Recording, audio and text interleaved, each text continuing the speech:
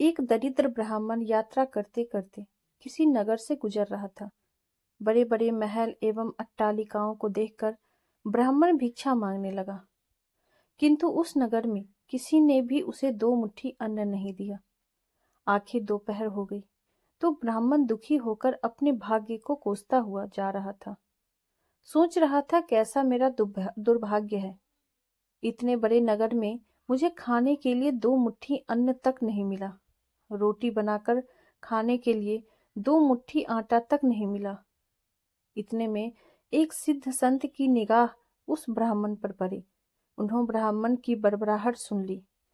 वे बड़े पहुंचे हुए संत थे। उन्होंने कहा, हे दरिद्र ब्राह्मण, तुम मनुष्य से भिक्षा मांगो, पशु क्या जाने भिक्षा देना। यह सुनकर ब्राह्मण दंग रह गया और कहने लगा, हे महात्मन, आप क्या कह रहे हैं? बड़ी बड़ी अट्टालिकाओं में रहने वाले मनुष्यों से ही मैंने भिक्षा मांगी है। महात्मा बोले, नहीं ब्राह्मण, मनुष्य शरीर में दिखने वाले वे लोग भीतर से मनुष्य नहीं हैं। अभी भी वे पिछले जन्म के हिसाब से ही जी रहे हैं। कोई शेर की योनि से आया है तो कोई कुत्ते की योनि से आया है, कोई हिरन की योनि से आया है तो कोई गाय या भैंस की योनि से आया है। उनकी आकृति मानव शरीर की जरूर है, किंतु अभी तक उनमें मनुष्यत्व निखरा नहीं है। और जब तक मनुष्यत्व नहीं निखरता, तब तक दूसरे मनुष्य की पीड़ा का पता नहीं चलता। दूसरे में भी मेरा प्रभु ही है, यह ज्ञान नहीं होता। तुमने मनुष्यों से नहीं, पशुओं से भिक्षा मांगी है। ब्राह्मण का चेहरा दुख व निराशा से भरा था। सिद्ध पुरुष तो दूरदृष्टि के धनी होते हैं। उन्होंने कहा, देख ब्राह्मण, मैं तुझे यह चश्मा देता हूँ। इस चश्मे को पहनकर जा और कोई भी मनुष्य दिखे उससे भिक्षा मांग, फिर देख क्या होता है। वह दरिद्र ब्राह्मण जहां पहले गया था वहीं पुनः गया और योग सिद्ध वाला चश्मा पहनकर गौर से देखा। ओहो, वाकई कोई कुत्ता है, कोई बिल्ली है तो कोई बघेरा है। आकृति तो मनुष्य की है, लेकिन संस्कार पशुओं के हैं।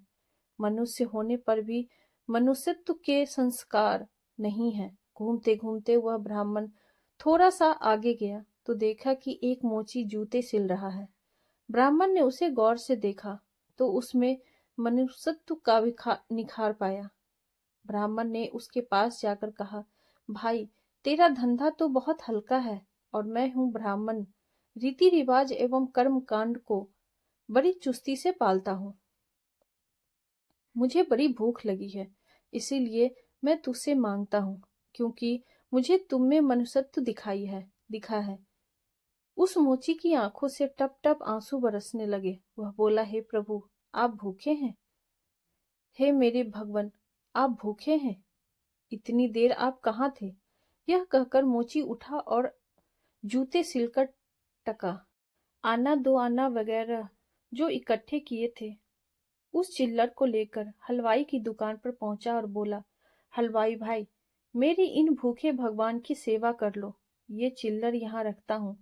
जो कुछ भी सब्जी पराठे पूरी आदि दे सकते हो वह इन्हें दे दो, मैं अभी जाता हूँ। यह कहकर मोची भागा और घर जाकर अपने हाथ से बनाई हुई एक जोड़ी जूती ले आया एवं चौराहे पर उसे बेचने के लिए खड़ा हो गया। उस राज्य का राजा जूतियों का बड़ा शौकीन था। उस दिन भी उसने कई तरह की जूतियां पहनी, किंतु किसी की बनावट उसे पसंद नहीं आई तो किसी का नाप नहीं आया। 2-5 बार प्रयत्न करने पर भी राजा को कोई पसंद नहीं आई तो राजा मंत्री से क्रुद्ध होकर बोला, अगर इस बार ढंग की जूती आया तो जूती वाले को इनाम दूंगा, और ठीक नहीं लाया तो मंत्री के बच्चे तेरे खबर लूंगा। दैव योग से मंत्री की नजर इस मोची के रूप में खड़े असली इंसान पर पड़ी, जिसमें मानवता खिली थी, जिसकी आंखों में कुछ प्रेम के भाव थे, चित्त में दया करुणा थी। ब्राह्मण के संग का थोड़ा रंग लगा था। मंत्री ने मोची से जूती ले ली और राजा के पास ले गया। राजा को वह जूती एकदम फिट आ गई। मानो वह जूती राजा के नाप की ही बनी थी। राजा ने कहा, ऐसी जूती तो मैंने पहली बार ही पहन रहा हूँ। किस मोची ने बनाई है यह जूती? मंत्री बोला, हुजूर, यह मोची बाहर ही खड़ा है। मोची को बुलाया गया। उसको देखकर राजा की भी मानवता थोड़ी खिली। राजा ने कहा, जूती के 2 5 रुपए होते हैं, किंतु यह 5 रुपयों वाली नहीं है, 500 रुपयों वाली जूती है। जूती बनाने वाले को 500 और जूती के 500, कुल 1000 रुपये इसको दे दो। मोची बोला, राजा जी तनिक ठहरिए, यह जूती मेरी नहीं है, जिसकी है उसे मैं अभी लेकर आता हूँ।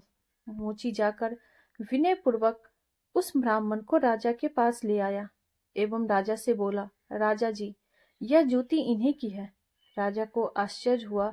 वह बोला, यह तो ब्राह्मण है, इसकी जूती कैसे?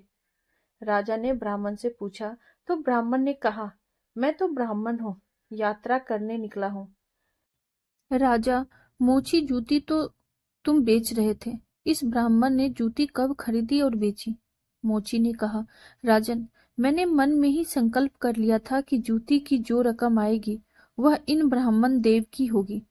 जब रकम इनकी है तो मैं इन रुपयों को कैसे ले सकता हूँ, इसीलिए मैं इन्हें ले आया हूँ। न जाने किसी जन्म में मैंने दान करने का संकल्प किया होगा और मुकर गया होऊंगा, तभी तो यह मोची का चोला मिला है। अब भी यदि मुकर जाऊं तो न जाने मेरी कैसी दुर्गति हो। इसीलिए राजन, ये रुपए मेरे नहीं हुए। मेरे मन में आ गया था कि इस जूती की रकम इनके लिए होगी, फिर 5 रुपए मिलते तो इनके होते और 1000 मिल रहे हैं तो भी इनके ही हैं। हो सकता है मेरा मन बेईमान हो जाता, इसीलिए मैंने रुपयों को नहीं छुआ और असली अधिकारी को ले आया। राजा ने आश्चर्यचकित होकर ब्राह्मण से पूछा, ब्राह्मण, मोची से तुम्हारा परिचय कैसे हुआ?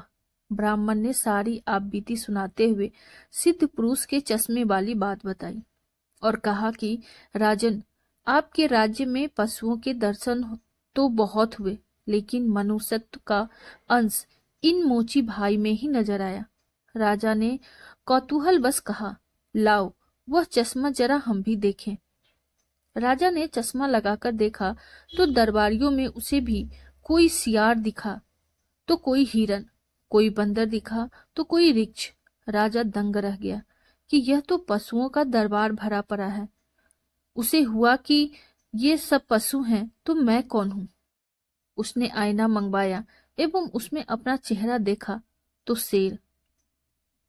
उसके आश्चर्य की सीमा न रही।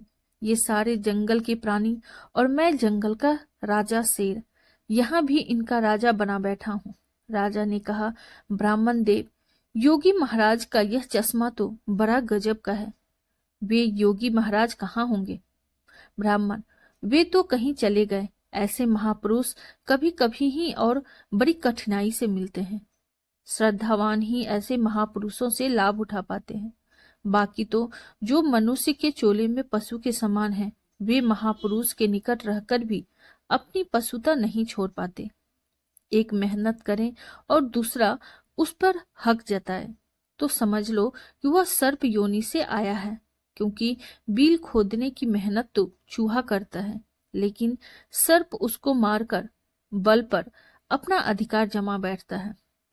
अब इस चश्मे के बिना भी विवेक का चश्मा काम कर सकता है और दूसरे को देखें उसकी अपेक्षा स्वयं को ही देखें कि हम सर्प योनि से आए हैं कि शेर की योनि से आए हैं, या सचमुच में हमें मनुष्यता खिली है।